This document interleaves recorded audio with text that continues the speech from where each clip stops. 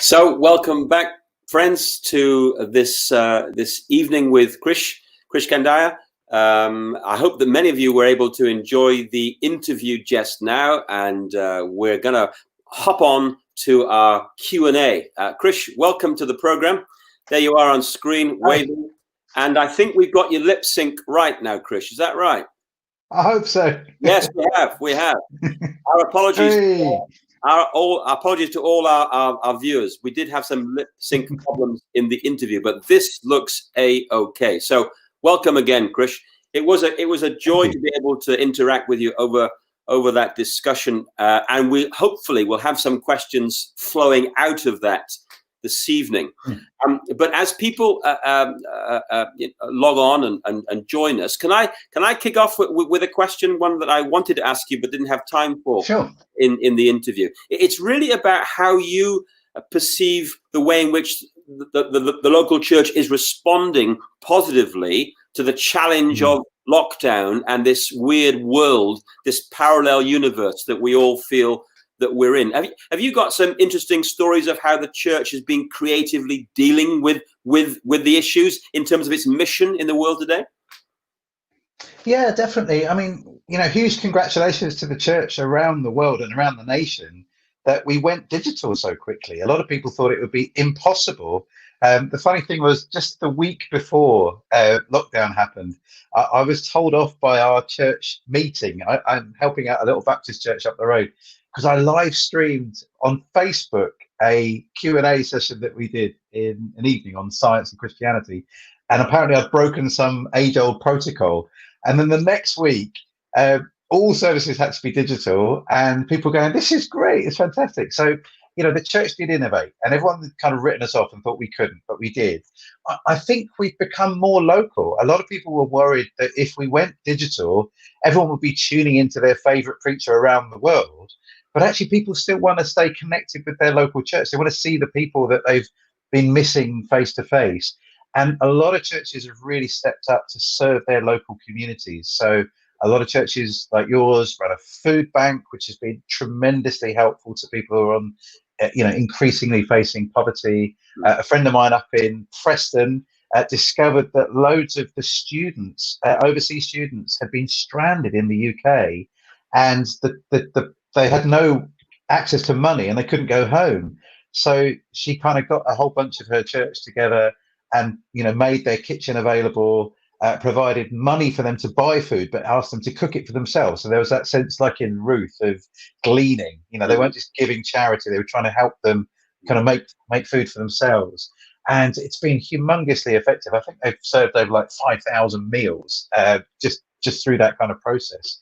So I think across the board, the church is waking up to new ways of being missional. And for me, that's exciting. One of the books that I read a few years ago that has been quoted all the time in lockdown is The Rise of Christianity by Rodney Stark. You probably know it. Yeah. The sociologist. And he talked about it was the plagues that ripped through the kind of 2nd century Roman Empire, but it was the church's response to those plagues. We outloved and outthought our pagan neighbors that kind of led to the explosion of growth. So I would love to see that mindset amongst the church. I know we're tired. I know we'd love to be singing and embracing one another, but actually there is a new moment of opportunity to show incredible compassion, because if we're feeling like this and we've got the Holy Spirit and the hope of the gospel, imagine what people without that are feeling as they go into this second lockdown. Sure. Yeah, I think that's right. We need to adapt. We need to be resilient. We need to flex. We need to see this as an opportunity. But in terms of your own experience as a believer in the local church, what have you missed about not being together in person? Have you missed anything? Yeah, for sure. I mean, I love it when we're together as a church family, young and old, rich and poor. There's something exciting about that coming together. In Ephesians, Paul, I think, describes it as the kind of multifaceted glory of God. And it's because you've got slave and free and Jew and Gentile, old and young, male and female, all in the same space. And we're locked in our house and we've got 6 children, so that feels like a lot of us, but it's just a tiny little fraction of the incredible diversity and beauty of the church. So I just miss the physically being in the same place, seeing each other, small talk. Can't really do that very easily, even with face-to-face church, because you're not supposed to speak, are you? So all of that, just the fellowship of it, I miss. Yeah, true. Me too, Krish. I'm looking out for some questions coming through now. I'm sure they will be arriving with us. Yeah, there's a couple up here I can see. Yeah. We'll filter them through to you. Let me just steal you for another question. In terms of post-COVID, I mean, whenever we get to that post-COVID world, I know that some of your kind of work as a consultant is in terms of strategic change and adaptation.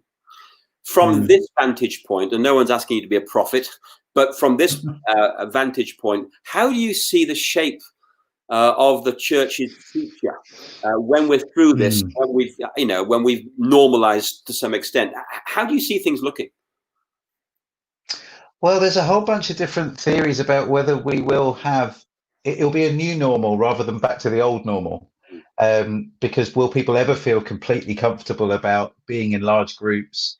You know, it's really weird looking at football stadiums now, isn't it? Like even old matches and seeing people piled in. There's something just down the back of your neck feels a bit odd, doesn't it? Oh, why aren't they socially distancing? So has this kind of 8-9 months actually kind of rebooted our psyche about how we feel about large gatherings? I'm not sure. I think one way or another, the danger will be, which is, I think it's a perennial danger for the church, that we keep looking back.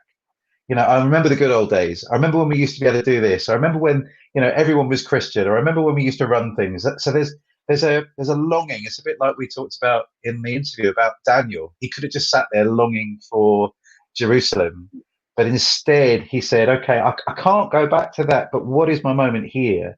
So I think that agility that you mentioned is absolutely vital. And you see that in the business world, isn't it? A lot of the changes that are happening in lockdown about the closing down of the high streets, for example, were already happening. Or the cinemas, people were using home entertainment more. Cinemas are in trouble anyway. So what we're seeing is lockdown accelerating some of those changes which were going to happen anyway. And the businesses that seem to be thriving are ones that are agile and able to make the most of this moment, not the moment that used to exist. So I feel like that about the church, and actually that's in our spiritual DNA. You look at the early church; they could have said, "Oh my goodness, I wish Jesus was here. I wish we were physically present. I wish we were just going round the villages of Galilee like we used to." But instead, they felt, pushed forward by the Spirit into new areas and new forms of ministry. And actually, even the way the church meets is different, isn't it? Jesus didn't really plant churches. But that's what the early church decided was the way they were to take the mission of Jesus forward, and God bless them that they did that. So I think there's the future of the church will be connected to our agility, our willingness to seize the moment, be led by the Spirit, but rooted in Scripture, but be willing to be adaptive. That's how I read it. Good. Let me just encourage people to send in their questions via YouTube. Krish, here's a question from my own family. I mean, I've got a couple of people behind me, sure. And as they were listening to your interview, one of them wanted to ask this question. It relates to the way that you described the challenge of having foster children or adopted children into your family. And the question was about what is the impact on siblings? How do siblings manage the arrival of a new one in family life? Are there some things there that you've learned by experience? Sure, it's a great question, and I would say there's kind of two ways people ask that. So one is people are worried that these new children will somehow damage your own family, that they'll be they're seen wholly negatively, that they're going to be problem children with all sorts of damaging behaviors or conditions, and we really need to protect our children from these worrisome children. And I would say, look, there definitely are challenges, and it's one of the reasons that the general wisdom, and we really follow it, is that you look after children that are younger than your own, so that your children don't feel displaced in the kind of family order of things. Yeah. And your children can be part of the team helping to welcome this new one or this new couple into your family. So that seems to really matter. But these children actually have an incredibly transformative effect too. When I talk to Christians who have kids, I say, what are your ambitions for your kids? And sometimes people say, well, I want them to be healthy. I want them to get married. I want them to have a good job. I want them to play a musical instrument. Okay, that's brilliant. But those are pretty kind of middle class values. Do you have any Christian ambitions for your children? They say, oh, yeah, of course. I want them to love Jesus and I want them to be like Jesus. I go, brilliant. Well, what was Jesus like? Well, he was kind and compassionate and generous. All right. Well, how do you think your children are going to become kind and compassionate and generous? Is it if they could just memorize a few Bible verses, or in some churches, come to the front and be prayed for, and God zaps generosity into them? I think generosity and compassion and kindness comes as we practice, as we get involved in the mission of God. And I've seen in my own kids them become more like Jesus by actually being part of a family that's caring for vulnerable children. It's brought out all those wonderful gifts and fruit of the Spirit that God's kind of poured into them in the first place. Yeah. Okay, here we go, Krish. We got some questions coming through now. Here's something from Gaynor Brown. This is from Pete, her husband. You say that fostering is challenging. What have you found most rewarding as well as most challenging about fostering? Okay, so the most challenging is saying goodbye. And people say that to me, how could you do it? I'd love children too much to give them up. And I'm going, oh my goodness, two problems there. One, you think it doesn't hurt to give them up. It does hurt to give them up. And secondly, what do you mean by love? Because if we're saying I'll love them too much to give them up, you're basically saying I love these children so much that because they're going to hurt me when they go, I'm not going to get involved in their lives, which is actually self-protection rather than love.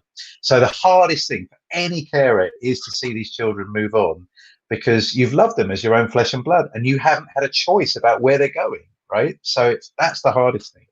I think the most rewarding thing in sometimes is them moving on, when they move on to adoption. And you think, we've helped create a new family. We've helped this child get to a point where they're ready to be able to love and be loved by someone else.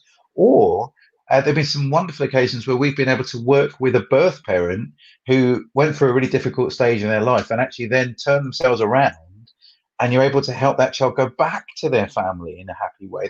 That's incredibly rewarding. So it's hard, isn't it? The hardest thing is them leaving, but that can be one of the most rewarding things, in that you've actually helped them get to a new stage in their lives. Good. Krish, staying with this issue, a question from Nikki, Antoine and Nikki. Is it possible to foster or adopt if you do not own your own home, or if the child would have to share a bedroom with another child already living in the home?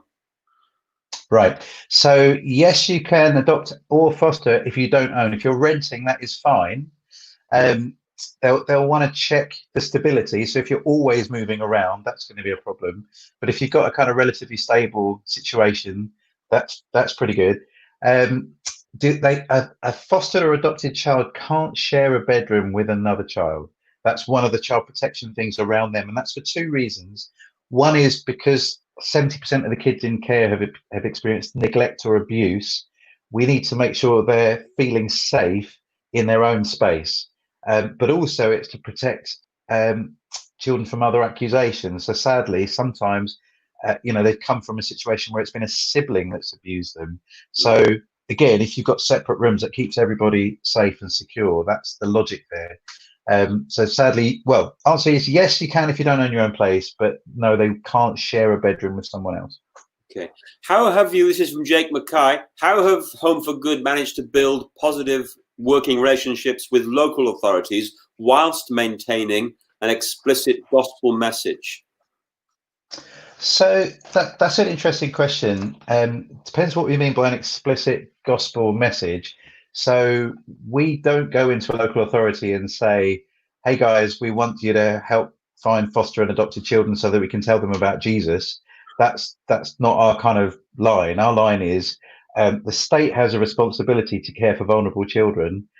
We think we've got a way to help call on a whole group of people that are called by God, that's how they see it, to care for vulnerable children. Can we help you? We have kind of overlapping ambitions here. And so local authorities are desperate and they're not coming to us because we're Christian. They're coming to us because we've got a solution for them. Now, then you go, okay, well, what is the responsibility if you're bringing children into your home? What is your responsibility when it comes to gospel witness? How does that work?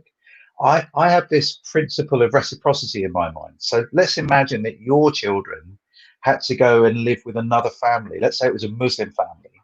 How would you want that Muslim family to treat your children if they had Christian profession? I'm guessing you'd want them to treat them with kindness and generosity. I guess you'd want them to have freedom of religion. I think you would invite them to things, expect them to be invited to things, but it would be up to the children whether they went or not. So it's the same principle, I think, with us. You know, we are open about our faith in front of all of our children, but we can't impose that on anyone. It's the same situation that a Christian teacher in a secular school has. You want to be open about your faith, but it's not your job, as part of your job, to impose that faith on anyone. You invite people. You're authentic. You don't hide who you are. And if kids have got questions, then you manage that really carefully. So that's how we manage it. We're really open about who we are, but we're recognizing there are boundaries because we actually have a state responsibility to care for children, and children's rights to freedom of religion are protected by law. Krish, we've got a question here from Salford, which is terrific. Hi, Sam. Hey. Jumping on from Salford. Sam says, as a church, we work with a lot of kids on our estate with challenging relationships with family. Would love to hear your thoughts on how to teach God's love in that environment. Yeah, good. I think, Sam, I'm guessing you already know all this, so I'm probably teaching grandmothers to suck eggs. I think it's always got to be this kind of perfect balance and symmetry you see in Jesus, in that Jesus demonstrated the love of God, didn't he? Very practically, by feeding the hungry, by touching a leper, by speaking up for a woman that's about to be stoned to death. You know, he's demonstrating the love of God in really real, tangible ways. He didn't just speak the word of God, he was the word of God. That's what we believe about the incarnation. But Jesus also articulated the love of God in words. So he did both. And I think on the estate, if you're practically caring for the needs of children, for some of them, sadly, we're seeing from Marcus Rashford's big initiative, they're hungry. So, you know, if there's a way that you're actually practically providing for food on the estate, that is a visible demonstration of the love of God. And if those kids, having been fed, go, well, why? What is it that's motivating you to do that? Then I think you could be really open about, well, you know, we believe in a God that loves everybody, and he wants them all to know his kindness and grace and compassion. So I think it's that synergy between word and deed that's going to be the powerful thing. For a lot of these kids, it's time. You know, people in their lives might not have the time or availability to listen well, to be attentive to what's going on, remembering details about their lives. So I think if you can demonstrate that, that can be a powerful way too. Keep those questions coming in, folks. We've got a few more to cover. Here's one, Krish, out of our discussion, or rather the reference that I made to your book, Paradoxology. It's a mouthful to say.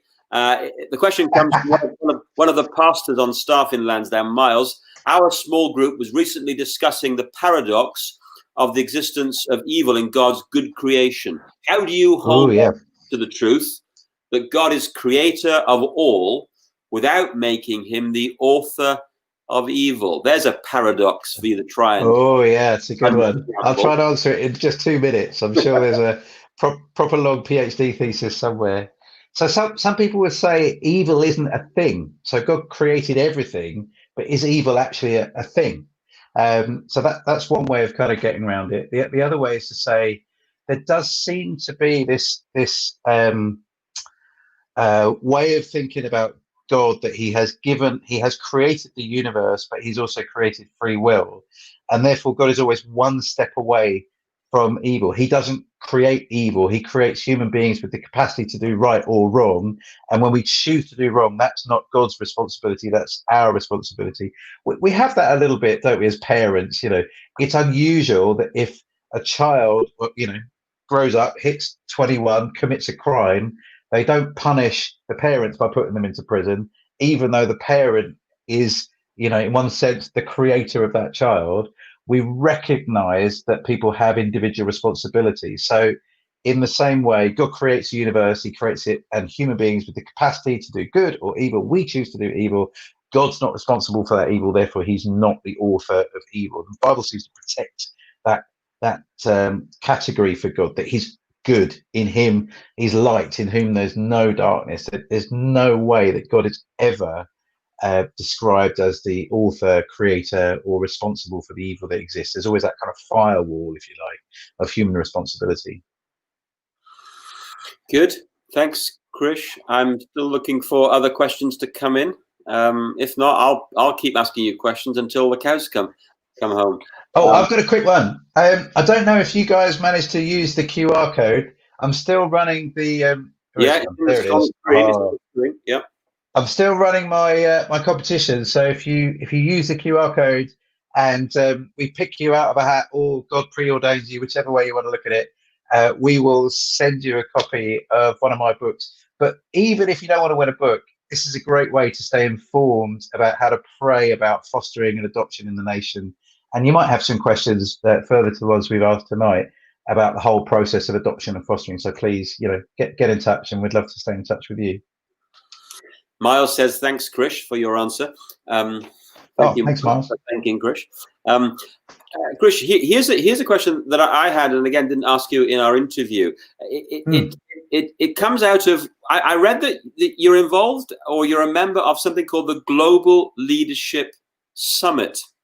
What actually, yeah. What actually is that? It sounds rather grand. What is that? And does it open doors for your work and your mission? Yeah, sure. So the Global Leadership Summit was originally started by Willow Creek Church in South Barrington, Chicago. And it was just an event that took place in that church. I mean, it was at the time, I think it was the biggest church in America. And then it grew and became its kind of own thing. And now it's a kind of global conference that takes place. I think they say 400,000 people pay to go to it, either to be in the room or to pay to watch a kind of video version of the summit. And I mean, it was a tremendous event. I learned a lot. So it's a guy called Craig Groeschel. He kind of hosts it. They had Bear Grylls come and speak about being a leader in the wilderness.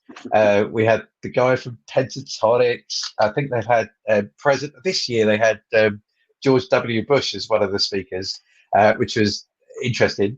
So the whole thing is like it's a leadership event. The whole focus is on leadership, and it's a little bit like their seeker services, so it's trying to help people who aren't yet Christians maybe think about leadership.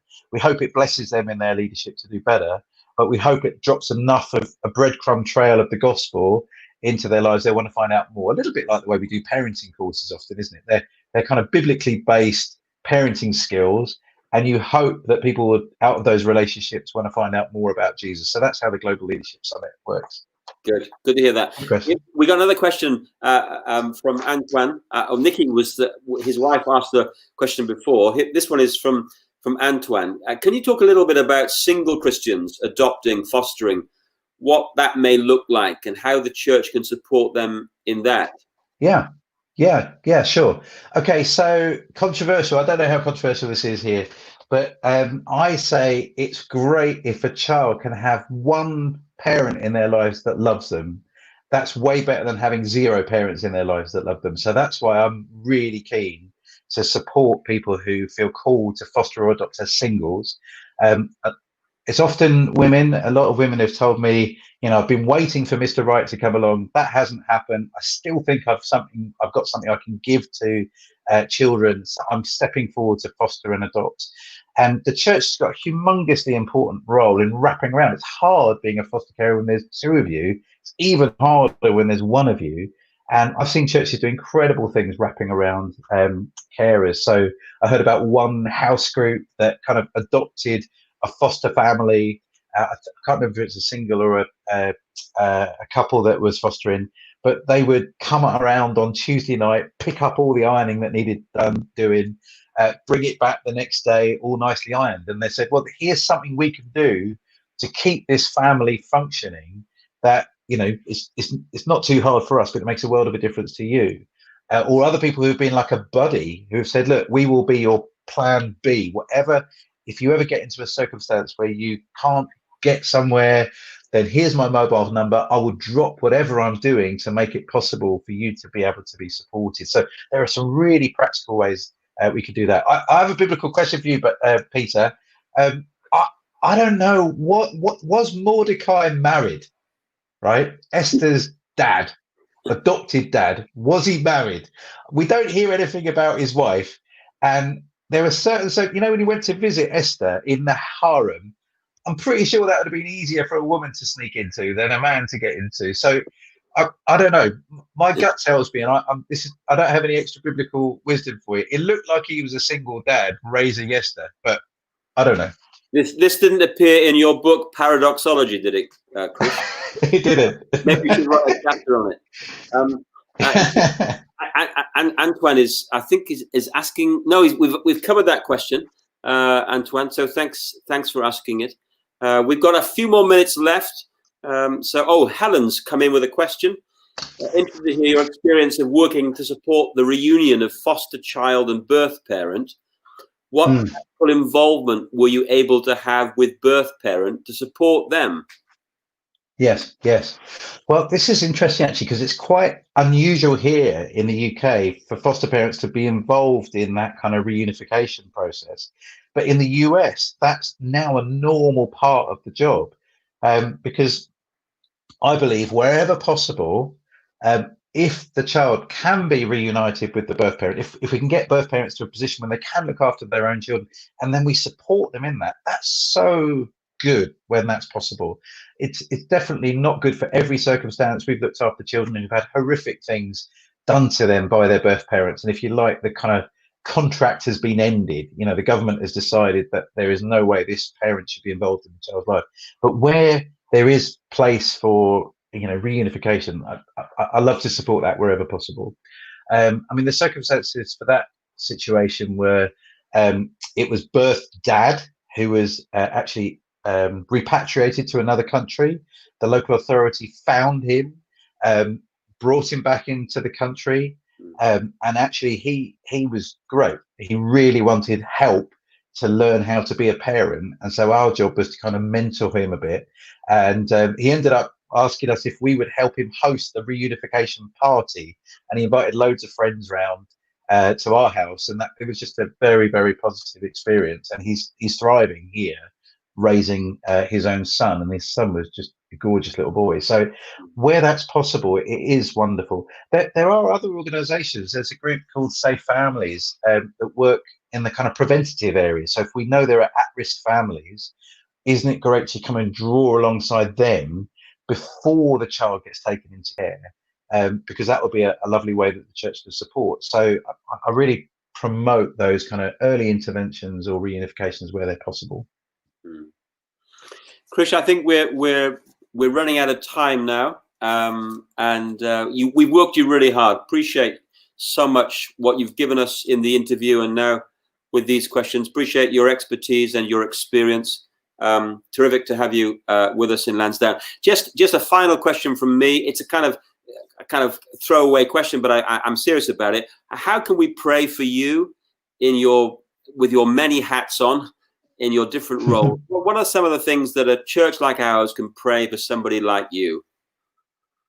Oh, thank you, Peter. Well, it's been a privilege to spend time with you guys, and I love that you're teaching through Daniel, so I'll be tuning in when I can to that. I would say there are so many opportunities at the moment for me and for the wider church to be a blessing in our society right now. They say that a little bit of light shines very brightly when it's very dark. And these are dark times, aren't they? Imagine how the nation's feeling. Imagine everyone that was tuning in, I don't know, over the 2 hours when Boris Johnson was supposed to be giving his announcement last night. And there's this sense of angst and fear and pain. And, a little bit of hope goes a long way in a moment like this. So I feel, in terms of evangelism, there's so many opportunities for us to talk about Jesus. I was at the checkout the other day and just asking someone how they're doing. Suddenly they're opening up to me that they had brain cancer and they're not sure how they're going to cope. People are kind of craving human interaction. And, how do we make most of that? I think that's the question I'm wrestling with all the time. But also socially, we're facing a huge economic downturn. We're seeing a massive spike in domestic violence and the impact that has on vulnerable children. How do we as the church demonstrate God's compassion? What did it say in Matthew in the Sermon on the Mount? Let your light shine before men that they may see your good deeds and praise your Father in heaven. There are so many opportunities for the church to demonstrate the goodness of God in our good deeds.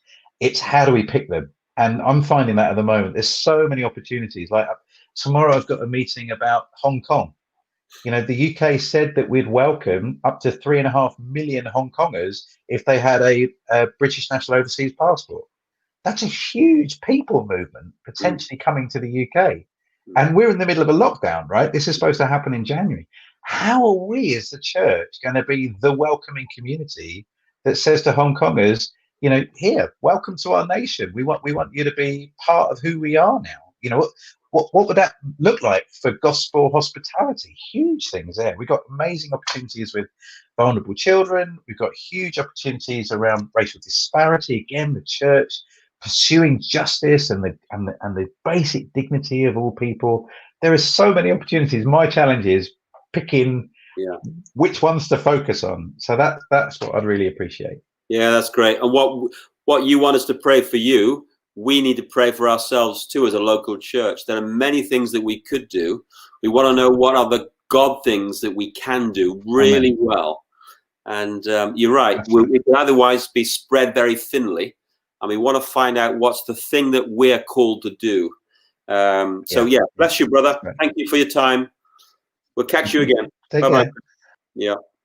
Let me just sign off to our Lansdowne folks and to people like Sam, who've joined us from Salford. Always good to know how these online things catch a wider audience.